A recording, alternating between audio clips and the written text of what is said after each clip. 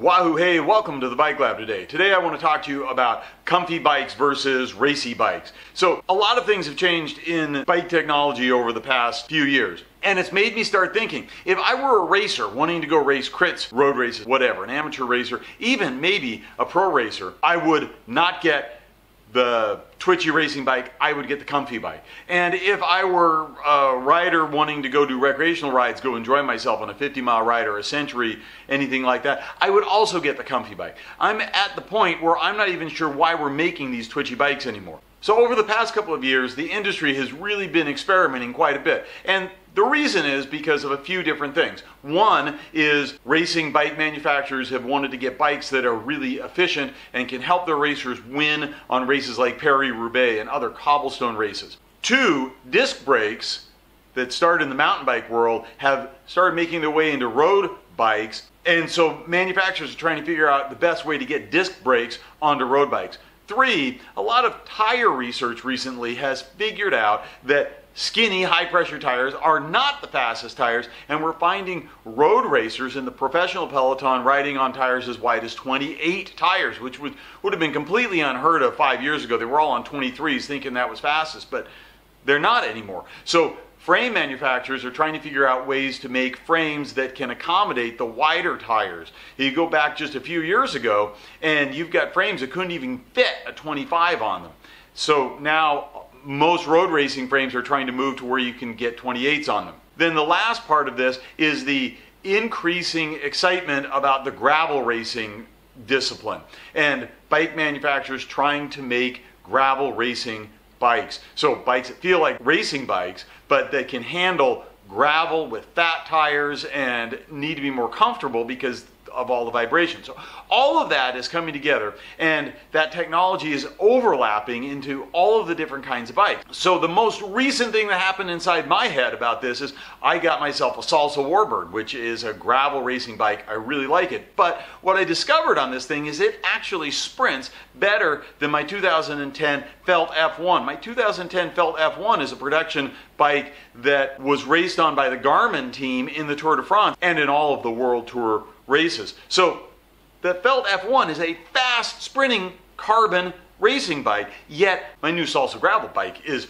way more comfortable than my Felt F1. So this got me thinking about all this. Let's just go through this technology a little bit. From about 1898 to about 1990, everybody raced on steel frames, with a few exceptions here and there. Starting in 1990, we started seeing some experimentation with titanium, with carbon fiber, and with aluminum. But we didn't know much about what we were doing with carbon fiber then, and the frame builders were still treating the carbon fiber in the same sort of way as you would treat steel, as in with tubes. So in all of those cases, in order to transfer your energy from your feet to your rear wheel, you need to have a short wheelbase, short stays to keep the flex out so that the most power would go through, which ended up creating a fairly twitchy bike. And even more than that, frame manufacturers wanted to keep as much weight out of the bike as possible and as much flex out of the bike as possible between the handlebars and the feet, which again meant trying to keep the tubes shorter. It was all made with tubes. Try to keep the tubes shorter. Everything is really stiff that way. And in that stiffness, you create a really twitchy bike. So that feel, a twitchy bike, was the feel of a race bike. And if it wasn't twitchy, it was a longer wheelbase, it was comfortable, and something you might want to ride on all day, but not in a race, it definitely wasn't as fast. So that's what that technology was, and that's what we thought we needed to have. So around 2000, the carbon fiber manufacturers figured out that we don't have to treat carbon fiber the way we treated steel. We can orient the weave differently, we can use different resins, and we can try and make different ways to transfer that energy from my feet to my rear wheel without having to make that bike really twitchy and really stiff feeling while I'm sitting on it. So they figured out that a comfortable rider was a faster rider. So if they could design a frame that gave really good power transfer between the feet and the rear wheel, but didn't transfer the vibrations from the road to the rider as much, that they would have a faster rider. So carbon fiber guys kept trying to do this, and they kept working on it, and it's been an ongoing process. Now, Specialized invented a bike called the Roubaix, which was their bike for the cobblestone races for their racers, and their racers would ride the Roubaix on the cobblestone races, but would ride their twitchy racy bike, the tarmac, in the road races.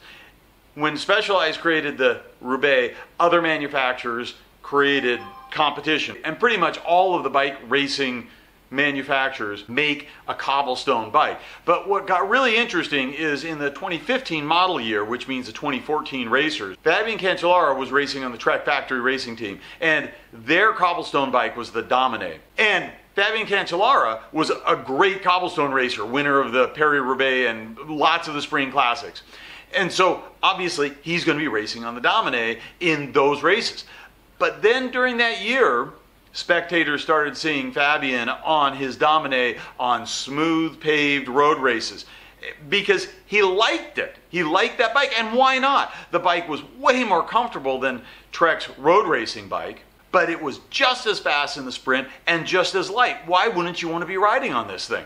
So that was his point. And since then, we've started to see this with other manufacturers, and we're seeing the pro racers ride on the bikes that we used to call the century bikes or the old man bikes. We're seeing the pro racers on those bikes on 28C tires because they're comfortable and they're just as fast. They're not losing any advantage in this. So that feeling that was created by the steel bike that had to be short and twitchy is completely unnecessary now. Those bikes still exist. You can go to your bike shop and get the Specialized tarmac or the Trek, whatever they're calling their road racing bike, or the Orbea, or the whatever. All of them are making the really, really stiff, twitchy feeling road racing bike.